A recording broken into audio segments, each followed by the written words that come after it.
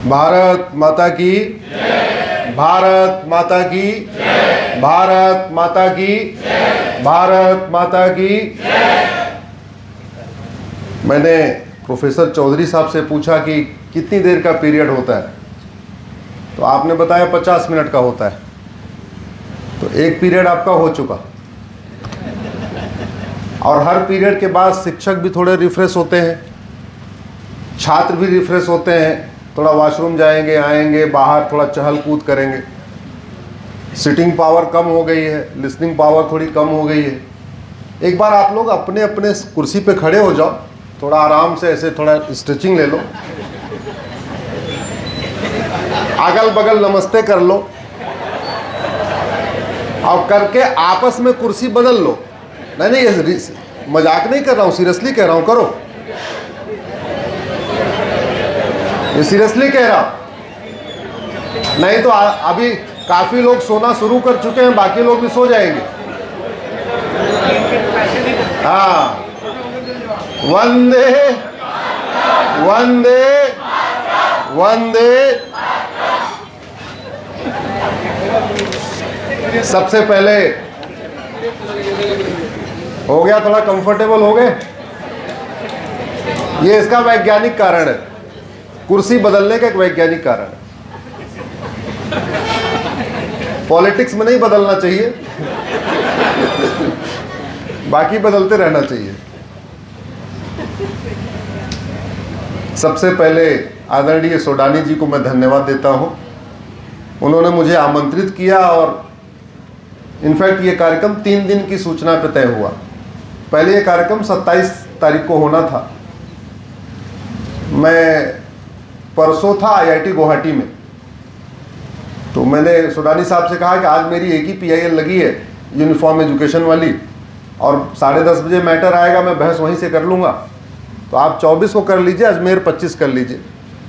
तो ये कार्यक्रम इस तरीके से हुआ कि मैं सैटरडे को IIT गुवाहाटी था, संडे को AMT यूनिवर्सिटी नोएडा में था, आज मंडे है, आपके इन बीच में हूँ। कल जो है मैं अजमेर में रहूँगा, कल रात तक पहुँचूँगा, फिर परसों वाले कार्यक्रम आगे शुरू हो जाएंगे। आज ये 20वां कार्यक्रम है 2025 का।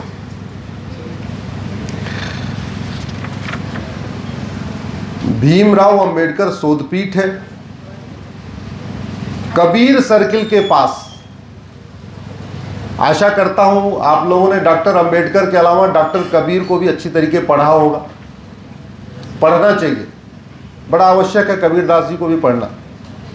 कबीरदास जी को जीवन में उतार लें, बाबा साहब अंबेडकर को जीवन में उतार लें, आधी समस्या का समाधान हो जाए। ये दोनों महान लोग मेरे आदर्श हैं। मैं जितना डॉक्टर अंबेडकर को पढ़ता हूँ, उतना ही कबीरदास जी को भी पढ़ता हूँ। प्रोफेसर मोहनलाल साहब ने बहुत बढ़िया शुरुआत किया यहाँ पे। किशन पाठक जी ने अपनी बात रखी, उसके बाद हेमंत विजयवर्गीय जी, चौधरी साहब पूरा मंच संचालन बहुत अच्छा कर रहे हैं। मैंने यहाँ आके एक बात देखी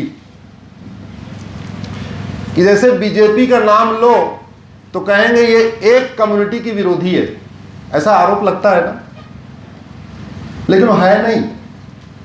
ऐसे जैसे ही कह दो एक देश एक विधान, लोग सोचते हैं यूनिफॉर्म सिविल कोड की बात होने वाली। सच्चाई है, मैं यूनिफॉर्म सिविल कोड पे बोलने वाला नहीं था। मैंने बाद में बीच में किताब मंगवाई, शायद आपने देखा होगा, मैंने प्रोफेसर साहब बुला के बोला जरा किताब लेके आई। एक 1 नेशन 1 लॉ का मतलब यूनिफॉर्म सिविल कोड नहीं है। एक 1 नेशन 1 लॉ का मतलब 1 nation 1 education code, 1 nation 1 police code, 1 nation 1 civil code, 1 nation 1 administrative code, 1 nation 1 judicial code, 1 nation 1 labour code, 1 nation 1 agriculture code. ऐसे मेरी 25 PIL है यूनिटी यूनिफॉर्मिटी के ऊपर।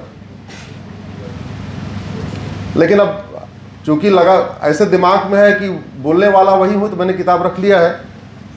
3 विषय रखूंगा, उसमें तीसरे नंबर पर उसको रखूंगा।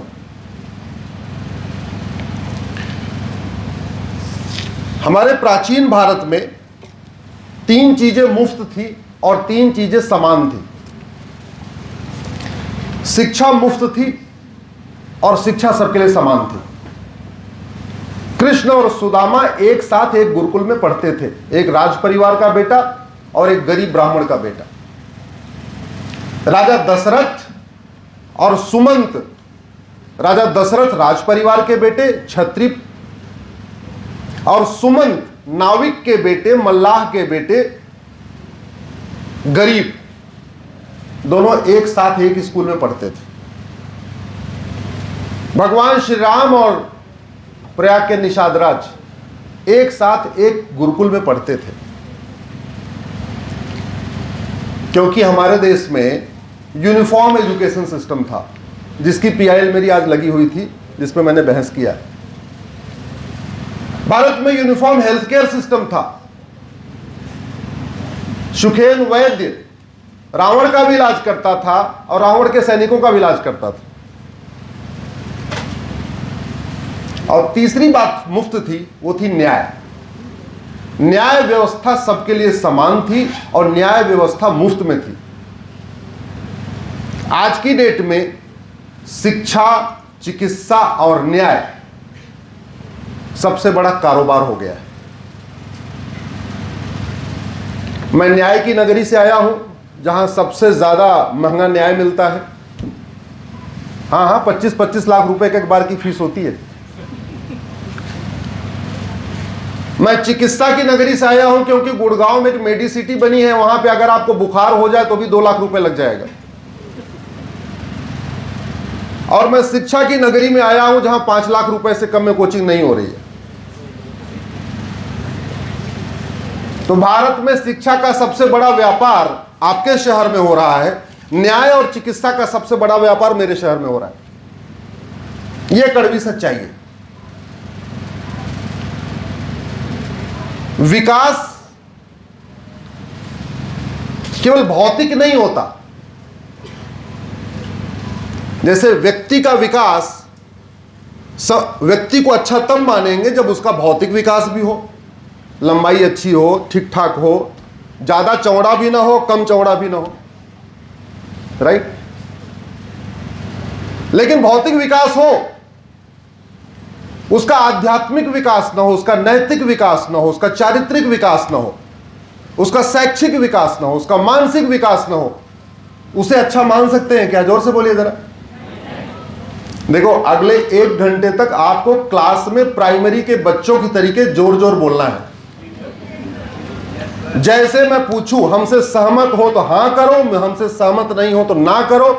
कोई पहले से बताया हुआ कोई प्री प्लान क्वेश्चन है नहीं, लेकिन जो करना है जोर से बोलो, क्योंकि आपका वीडियो 4 से 5 करोड़ लोग देखेंगे और आवाज यहां से रिकॉर्ड होगी, तो आपकी आवाज यहां तक आनी चाहिए। हमारे सहायक जो रिकॉर्ड कर रहे हैं, वो आपकी आवाज वहां नहीं सीधे पहुंचेगी, इधर आएगी, तब पहुंचेगी वहां पे। मैं आपसे भी आग्रह करूंगा, जरा बीच बीच में थोड़ा घुमाते रहिएगा। तो जितना आवश्यक है भौतिक विकास, उतना ही आवश्यक है नैतिक विकास, उतना ही आवश्यक है मानसिक विकास, उतना ही आवश्यक है चारित्रिक विकास, उतना ही आवश्यक है आध्यात्मिक विकास। अब इसको देश पे ले जाइए, तो जैसे देश का भौतिक विकास आवश्यक है, वैसे चारित्रिक विकास, नैतिक विकास, आध्यात्मिक विकास भी आवश्यक है। तो सवाल है, देश का चारित्रिक विकास कौन करेगा, नैतिक विकास कौन करेगा, भौतिक विकास कौन करेगा? तो सरकारों के ज्यादातर मंत्रालय भौतिक विकास करते हैं। Ministry of road transport, PW department कौन सा विकास करता है? जोर से बोलिए। भौतिक, आध्यात्मिक, भौतिक। परिवहन विभाग कौन सा विकास करता है? भौतिक। मिनिस्ट्री ऑफ सिविल एविएशन कौन सा विकास करती है? भौतिक। मिनिस्ट्री ऑफ कॉमर्स कौन सा विकास करती है? भौतिक। मिनिस्ट्री ऑफ इंडस्ट्री कौन सा विकास करती है? भौतिक। तो देश का चारित्रिक विकास, नैतिक विकास, आध्यात्मिक विकास जो बहुत जरूरी है, उसको 3 डिपार्टमेंट करते हैं। Ministry of education, ministry of law और मिनिस्ट्री ऑफ कल्चर। ये 3 करते हैं।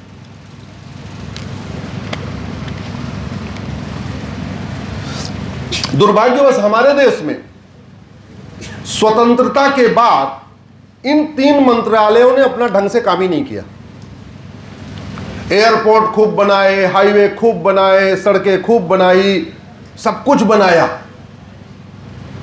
लेकिन यह समझने की कोशिश नहीं किया कि भौतिक विकास के साथ आध्यात्मिक, चारित्रिक, नैतिक, मानसिक यह विकास कैसे होगा। और वही गड़बड़ हो रखा है। उत्तरकांड में, रामचरितमानस में अगर आप देखें तो राम राज्य का वर्णन है,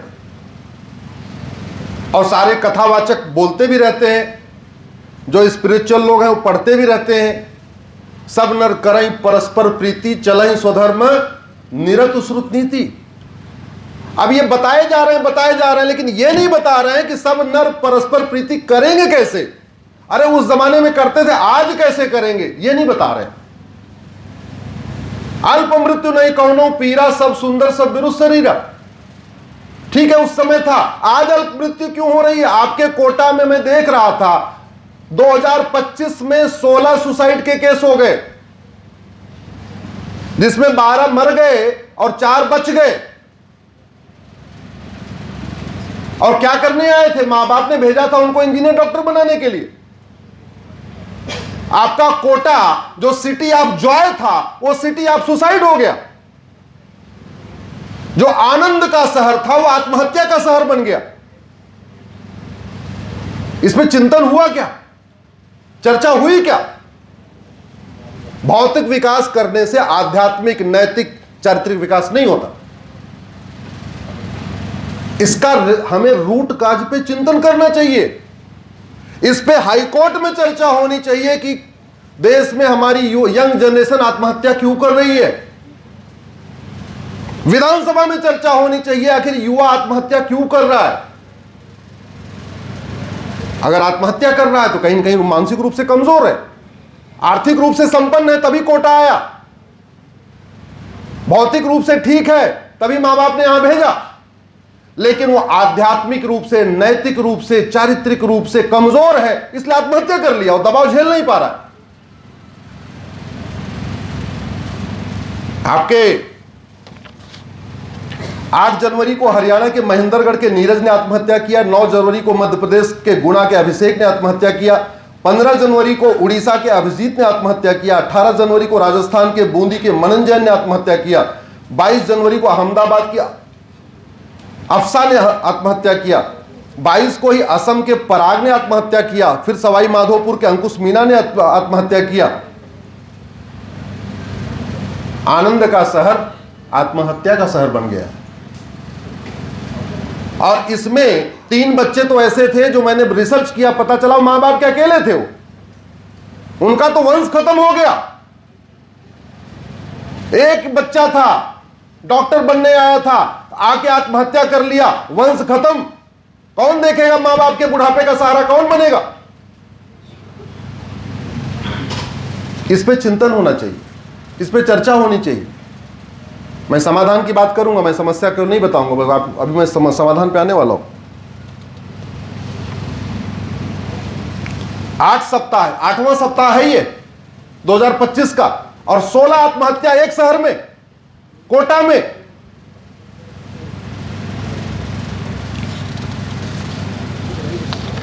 मुझे एक चीज बताइए, गरीब और अमीर की किताब अलग अलग होनी चाहिए क्या? जोर से बोलिए जरा। कोटा, बूंदी, अजमेर, उदयपुर, जोधपुर के बच्चों की किताब और दिल्ली के बच्चों की किताब अलग अलग होनी चाहिए क्या? और अलग अलग है कि नहीं? स्ट्रेस लेवल इससे बढ़ रहा है। स्ट्रेस लेवल इसलिए बढ़ रहा है कि हमने 1929 में भारत को बर्बाद करने के लिए बनाए गए सीबीएसई बोर्ड को आज तक बदला ही नहीं। अंग्रेजों ने कोई भी काम यहां पे न भारत के लिए किया था, न भारत की संस्कृति के लिए किया था। जब आप इस एंगल से देखेंगे कि अंग्रेजों के प्रत्येक कार्यों की समीक्षा करेंगे, फिर पता चलेगा अच्छा मोटिव ये था, हमको दिख ये रहा है। कहते नहीं हाथी के दांत अलग और खाने के दांत अलग और दिखाने के दांत अलग। इस देश में अगर एक रेलवे बोर्ड बना के पूरे देश में रेलवे चल सकती है, तो एक एजुकेशन बोर्ड बना के पूरे देश का स्कूल नहीं चल सकते क्या? अगर वन नेशन वन टैक्स हो सकता है तो वन नेशन वन सिलेबस नहीं हो सकता क्या? वन नेशन वन करिकुलम नहीं हो सकता क्या? शिक्षक के बच्चे की किताब और शिक्षा मंत्री के बच्चे की किताब अलग क्यों होनी चाहिए? मजदूर और मालिक के बच्चे की किताब अलग क्यों होनी चाहिए? क्यों नहीं हम अपने पुराने शिक्षा व्यवस्था पे जा रहे? ये भारत का संविधान तो अभी ये नकली वाला है। असली वाला जो संविधान था, जिसमें 22 चित्र बने हुए थे, 299 लोगों की फोटो थी, जिसकी मेरी अलग PIL चल रही है, अलग मेरी लड़ाई चल रही है, उन चित्रों को वापस लाओ। उसमें पार्ट 2 जो सिटीजन से रिलेटेड है, जो लाके बच्चे हैं उनको पता है, पार्ट 2 सिटीजनशिप से है रिलेटेड। पार्ट 2 पे गुरुकुल बना हुआ है। संविधान निर्माताओं ने कहा कि हम जो भारत के नागरिक हैं उनके लिए गुरुकुल वैदिक शिक्षा व्यवस्था चाहते हैं, और कहते हैं picture speaks louder than words. इसीलिए उन्होंने पार्ट 2 के पहले पिक्चर भी बना के दिया, बाकायदा गुरुकुल बना के दिया। आज तक चर्चा हुई क्या? उसका कारण है, एक बार 1950 से आप शिक्षा मंत्रियों की लिस्ट उठा के देखिए, कैसे कैसे, ज्यादा अपशब्द कहना ठीक नहीं है, कैसे कैसे लोगों को शिक्षा मंत्री बना दिया। अरे भाई, गाड़ी ऐसे आदमी चलवाते हैं जो ठीक से ड्राइविंग करनी आती हो, किसी से गाड़ी चलवा लेते। मतलब ड्राइवर अच्छा चाहिए जो एक्सीडेंट न करे, गाड़ी ठीक से चलाए। डॉक्टर अच्छा चाहिए जो ऐसी दवाई दे एक बार में बीमारी ठीक हो जाए। अध्यापक ऐसा चाहिए हमारा बच्चा टॉप कर जाए। लेकिन शिक्षा मंत्री कोई भी चलेगा। ये देश के साथ गद्दारी नहीं हुई है क्या? क्या हुआ ये? उसका परिणाम हम देख रहे हैं, हम देख रहे हैं। इसलिए आज मेरी जो PIL लगी थी, हमने उसमें मांग किया है ये 65 एजुकेशन बोर्ड को मर्ज करिए, भारत में one nation one education board लागू करिए, वन नेशन